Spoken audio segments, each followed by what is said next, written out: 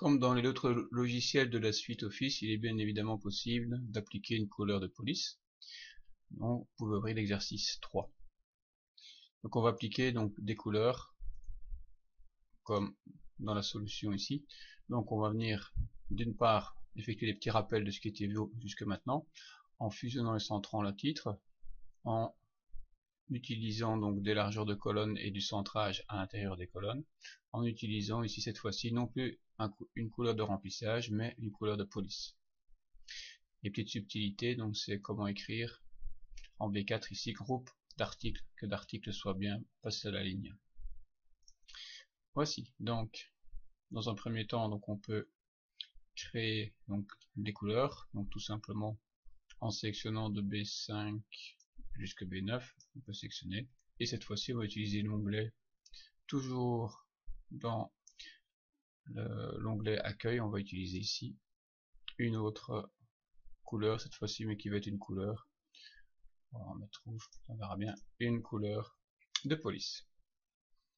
Donc pour le reste je sélectionne, je fusionne et je centre. Je peux aussi utiliser pour changer une autre couleur. Même chose pour mes titres. Voilà, on va une couleur différente. Mes nombres ici, on va les repasser au format monétaire.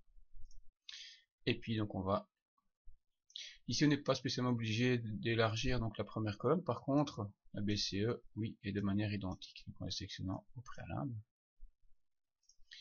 En ce qui concerne la hauteur, idem, donc là je vais un peu élargir.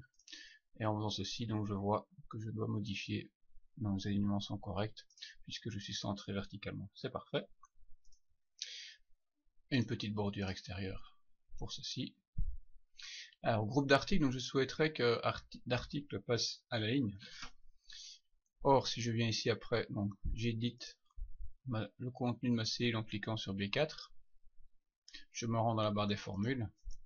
Ici, je vais faire un passage à la ligne. Rien ne se produit, simplement je descends de cellule et passe en B5.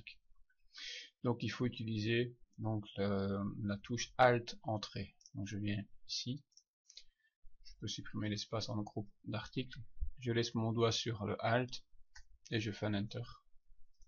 Il me passe comme ça la ligne. Donc évidemment il faut que la hauteur de ligne soit quand même suffisamment grande, sinon vous risquez d'avoir ceci. Ce qu'on peut faire aussi, donc si vous remarquez que vous n'avez pas assez de place, vous pouvez effectuer un double clic entre le chiffre 4 et le 5. Donc votre souris se transforme comme ceci et clic automatiquement, donc il va augmenter votre ligne de façon suffisante que pour faire apparaître donc tout le texte. Voici, je pense que comme ça on a plus ou moins réalisé donc l'ensemble, donc c'est bon.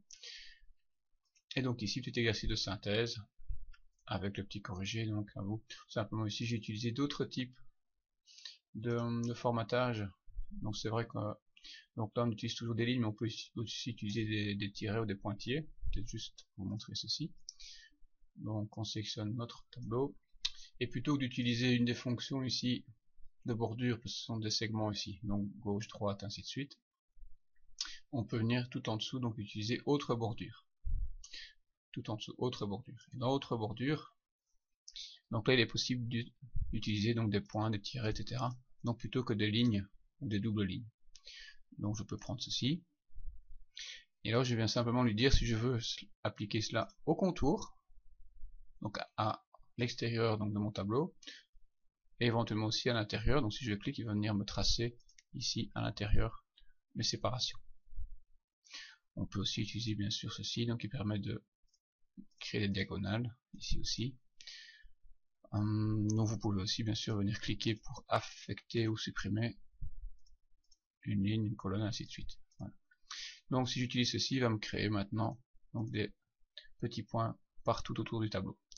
Voilà, je vous laisse le faire pour réaliser cet exercice là.